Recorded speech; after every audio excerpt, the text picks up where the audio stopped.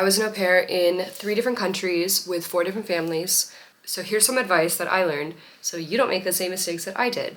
First, we will start off with save your money. Please, please, please. One of the biggest things that I wish that I had done before moving to the different countries would be just to have like a soft cushion of like financial stability so that whenever I'm making the money, the 400 or 300 or 265, whatever it may be, for example, in Paris, I was making 400 euros a month, which is obviously 100 euros a week. In Milan, I was making about 250 a month, which comes out to be, I think it was 65-ish euros a week, which I was making just above 250 in Barcelona, but it wasn't that much. I think it was 265 a month. So really, you don't make that much. It's not like you're gonna be able to travel or do much on that money. It's really just a basic allowance. Secondly, you need to take a language course. If you're going to be in a country that you're not familiar with the native language there, taking a language course not only helps you improve the language, obviously, but also it's a really good way to meet people that have also moved to that new country, new city, new place that you're at, and they're interested in the same things that you're interested in. Whether that be that you're starting out at the A1 level of French or Italian or wherever you're choosing to go, just taking a language course can open up so many doors for you, and I highly recommend it.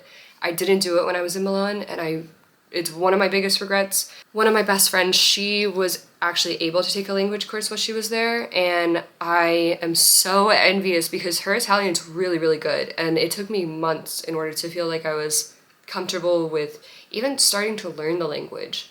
So had I actually gone in and done the language learning in the beginning, I feel like I probably would have adjusted to the new city a little bit better.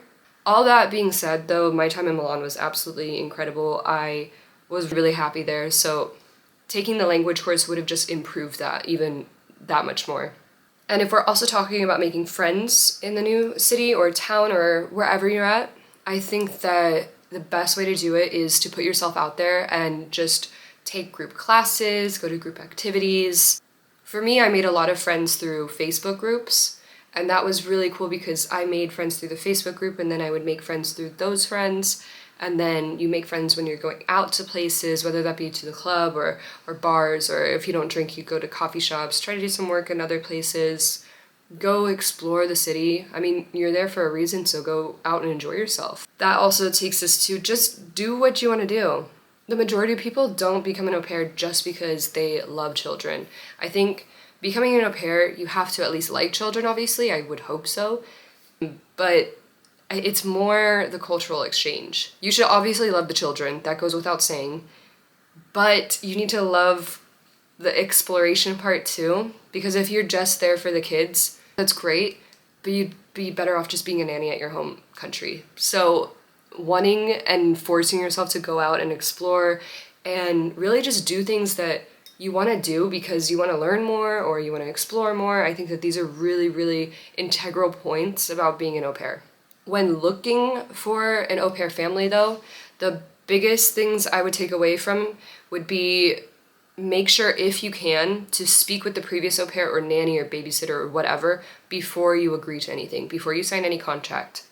Getting to that point, though, you need to find the family, obviously. For me, I found my families through Au Pair World, and there's a lot of different filters that you can put down so that you can figure out what's the best family, what's the best suit for you. I also found a family through Facebook.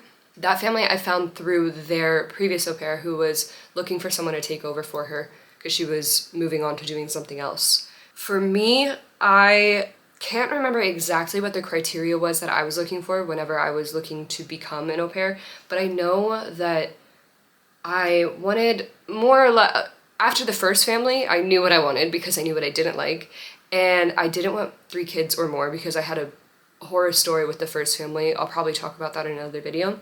And I also didn't want kids who were above the age of 14, preferably above 13, because I was only 18 at the time when I was doing it, and I think that whenever you're getting to those close age, like smaller age gaps, I would say, it gets really tricky because the dynamics are a lot more difficult to manage. For example, the first family that I was with, she was the eldest daughter. For example, the first family that I was with, their eldest daughter was only 3 years younger than me. And I think that whenever you're coming into a family, it's a lot easier to be way older than to be similar in age. Maybe that's just me, maybe that's just my experiences, but whenever you're joining a new family, I think it becomes a little bit trickier with the dynamics, I mean, if the age gap is quite small, because you don't really have that much of authority over them. And I think that's kind of important when it comes to babysitting. Not saying that it's not possible, I'm just saying I'm speaking on behalf of my own experiences. I would also make sure that you always have your own space whenever moving into a new family. That's usually the law, but I'm not up to date on but I'm not quite sure these days. I know that 7 years ago there was it a law? I can't remember, but you had to have like your own space as an au pair. And for me, I didn't have my own space in the first family. I had to share a room with the 15-year-old, and that caused a lot of tension because I didn't have my personal space, and it was really difficult for me to adjust. And I think that it was also difficult for her. She had a new person who didn't speak her language, living with her, who was only 3 years older than her, and now she's not the eldest anymore, you know? Like, it was a bit tricky, the dynamics. And I think that I was their first au pair, but I can't remember for sure.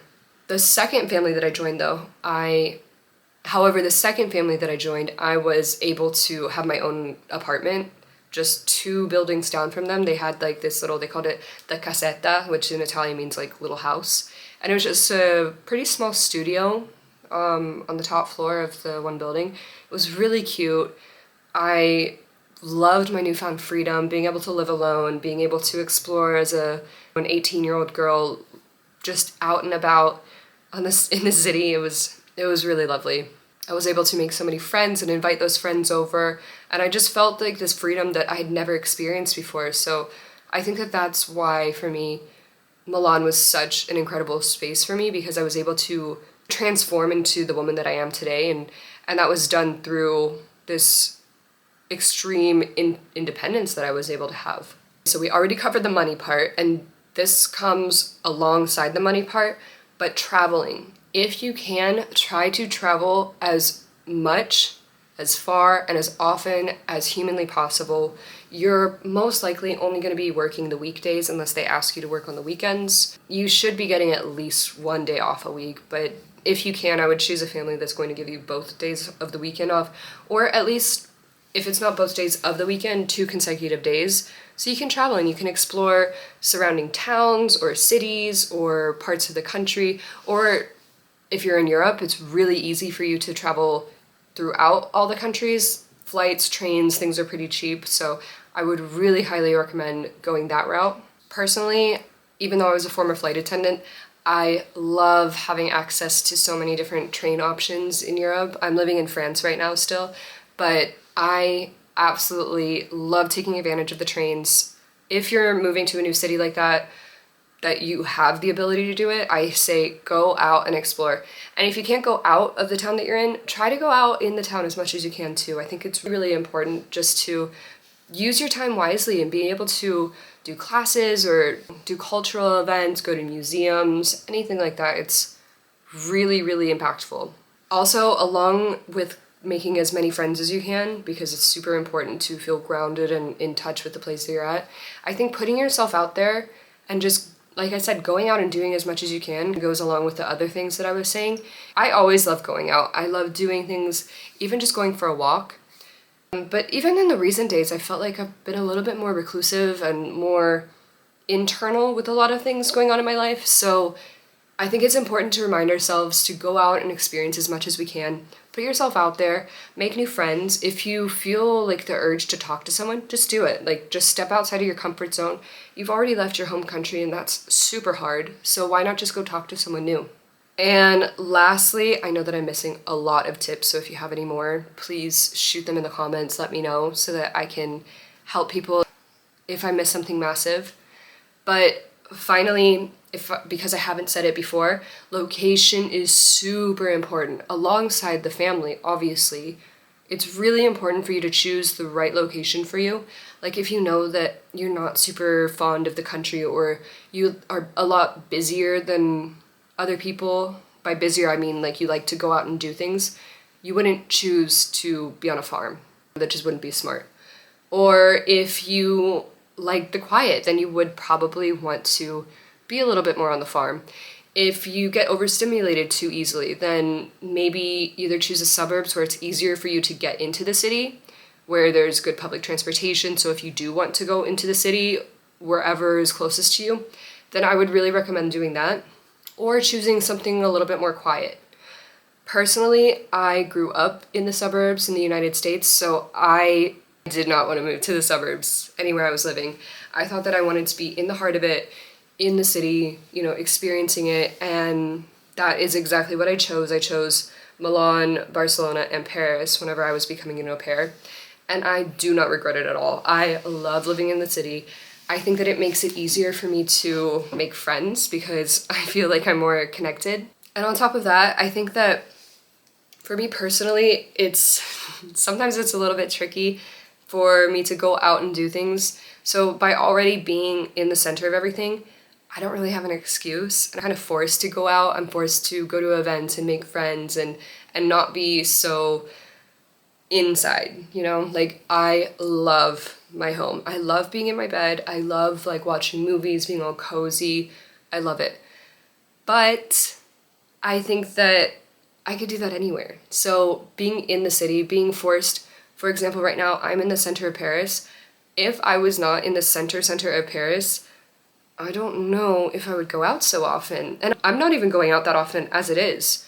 So if you know yourself a little bit and you know that this is something that you won't go out so much if you're in the suburbs, or you want to go out in the city so much and you're stuck in the country, just know yourself enough to know what's best for you to choose. That goes along with the families, listen to your intuition, making friends, always be safe if you're meeting strangers from online, meet in public, don't ever meet people in private.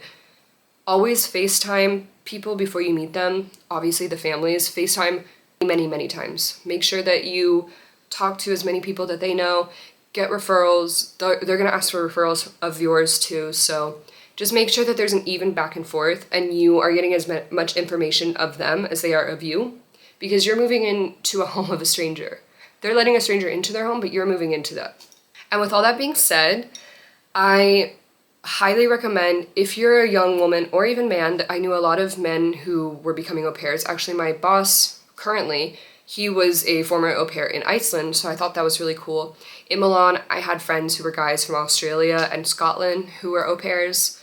So anyone who's young, from the ages of like 18 to, I would say probably 26, I highly recommend, if you're looking to get out of your home country, become an au pair. If you're good with kids, become an au pair. It's a really, really easy way for you to just put yourself out there, get involved in a new culture, live in a new country, start a new life, new chapter. Highly recommend it. If you have been an au pair or you are an au pair currently and you have any other tips that you'd like to recommend to me or recommend to other people, drop them in the comments. If you are thinking about becoming an au pair and you have questions or anything, also drop it in the comments or reach out to me. I know a lot of people who have become au pairs. I have many stories of the good, the bad, and the ugly, and I would love to share more stories. So if you're interested, let me know. And with that being said, I will see you in the next video. Ciao!